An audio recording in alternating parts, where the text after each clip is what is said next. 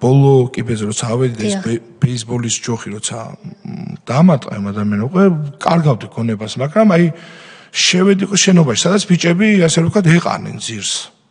და დავინახეთ 2-3 ისა რა ქვია გადამღების ვიდეო და გამიხადა მეთქი ალბათ ჟურნალისტები არიან თქო და მეთქი აღარ მცემენ თქო რა თუნდაც ეს თვითონ თავიანთი პირადი ისინი ქონდათ რა და გვიღებდნენ მოვიდა ერთ-ერთი პოლიციელი და მითხრა რომ ეხლაო ისე ვთქვიო კამერას მიღებდნენ გრეჩეხებსო აგინეო მეთქი ვის ვაგინო გრეჩ ანუ ლევან გაჩიჩილაძეს და თავის და მეთქი მე რატო ვაგინო მეთქი რატო ადგა და ესე პირდაპირ დუბინკა მითხრა ეგ იმაში რა თვითონ ტუჩებთან რა აგინეო თორე მოკლაო აი საშინელი დღე იყო მართლა რა მეთქი ცუდა თავარ თქო მეთქი თავი დამანებეთ თქო მეთქი და მახსოვს მაშინდელი ძველი თბილისის სამმართველოს უფროსი იყო ირაკლი ყიფშიძე და ის მოვიდა და იმან თქვა სო გეყოფათო ეხლა გაანებეო თავიო და ჩაიყვანეთო ქვემოთო ხო კი დაიჭერეს კიდევაც ეგ ადამიანები ვიცნობდი აქციებიდან ვიცნობდი მაგ ადამიანს და შემდეგ ჩამიყვანეს კიბეებით ქვემოთ მე პირველად ვიყავი სხვადასხვა დროებით მოთავსების სისტემაში მაშინ პირველი დაჭერა იყო ჩემი რო ჩამიყვანეს და შემიყვანეს ანუ იქ თვითონ არ შემოუშვიათ მაგრამ ვიღაცა პოლიციელი მოვიდა ისეთი პირით მაგინებდა დედას რაღაცა ისე კავა სკამის ფეხი ეკავა ხო გამოხვალო მაქიდან თითქოს და ესენი არ უშვებდნენ დროებით მოთავსე აი ის თვითონ შინ არ ხდებოდა აი შინ არავის არ უცემიო ხა არ დაურტყება თვითონ დროებით მოთავსების სიზოლატორში ნუ იქ რაღაცა გავხადეს რაღაცები შეგვიმოწეს იქ და ეხლა უნდა გადაიყვანოთო სასამართლოში რო გადაგვიყვანეს ბევრი ვიყავი ძალიან დაკავებულები მაშინ და მახსოვს პირველი ვიყავი რიგში ხო და ისა რა ქვია უკანა მხრიდან ესე ჩავგანსკვლივეს ესე და უკანა მხრიდან ესე სპეცნაზის ფორმით ესე ოკობები იდგნენ და გვაფურთხებდნენ ასე რომ ვთქვათ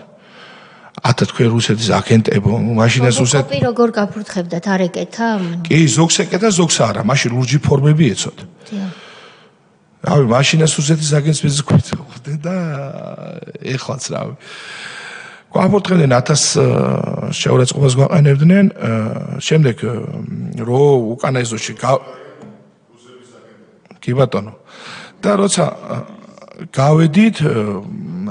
მანქანებში ჩაგვსვეს და რო ჩაგვსვეს მანქანებში წაგვიყვანეს სასამართლოში ანუ იქ ნუ ძალიან ბევრი ვიყავით დაკავებულები და იქაც პოლიციელები ძალიან ასე ვთქვათ ბევრ შეურაცხყოფას გვაყენებდნენ მოდიოდნენ ანუ მანქანაში ვიყავ მანქანიდან არ მქონდა ბევრი ნაცნობი პოლიციელიც ნახე სამწუხაროდ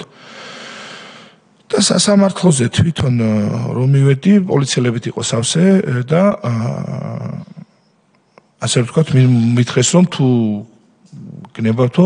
ადვოკატანო დარეკეთო და მეთქი ტელეფონი ჩამორთმეული მაქონდა როგორ დავრიკოთქო და მაშინო ჩვენო რა ვქნათო ხა ტელეფონი თუ ჩამორთმეული გაქვთო ჩვენო ჩვენსაზო ვერ მოგცემთო და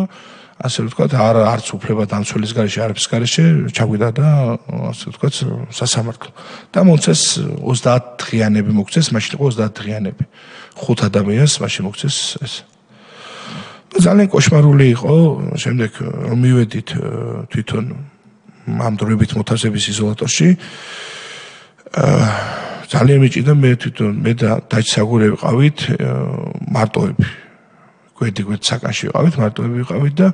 ვთხოვდი უბრალოდ რომ ვინმე ადამიანი შემოიყვანათ ჩვენთან ერთად ყოფილიყო რომ იმიტომ რომ ძალიან ჭირდა არც რო გადიოდა არც მაშინ არც არაფერი არ იყო საერთოდ რა მე შიმშილობას დავიწყეთ ხო ეკა ხერხეულიძე იყო ქალბატონი ხერხეულიძე იყო შემოსული მახსოვს დიმა ლორთქიფანიძე და რუსლან კერვალიშვილი და აიო რაღაცა ბოდიშო თუ მოუხდითო და მეთქი რაზე მოვიხანდოთ ბოდიში რა შემოგთავაზათ ეს რომელი ეკა ხერხეულიძე ვის მოუხადეო ბოდიში ანუ პარლამენტარებს რო გზა გადაკეთეთ და დისკომფორტი რო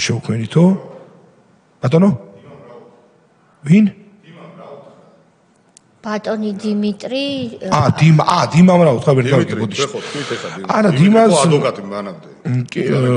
დიმას ავი ახლა ისეთი არაფერი თვითონ ხერხეულიძე მე თვითონ ორთა ჭალილი ვარ და ვიცი რომ აქ ალბათოს და იქო რაღაცაო იქო იმას ანუ თორთლაძეო ის ოლიმპიური ჩემპიონი თუ რაღაცა აქოთ დაპყრობილიო და იქ რომ მიხვედიო და დაუწყებქო საუბარიო იქო რატო გიღალატე და ვასყვებით ბატონო მიხეილ რომ ეკა ხერხეულიძე შემოვიდა ადამიანის უფლებათა დაცვის კომიტეტის თავმჯდომარე და თქვენი უფლებების ვითარებას კი არ არკვევდა, არამედ საქმეს გირჩევდათ? კი, სრულად ასე იყო. ანუ ეგრეთ წოდებული პადოშა კაცის ადვოკატად მოგევლინათ საკანში. კი ბატონო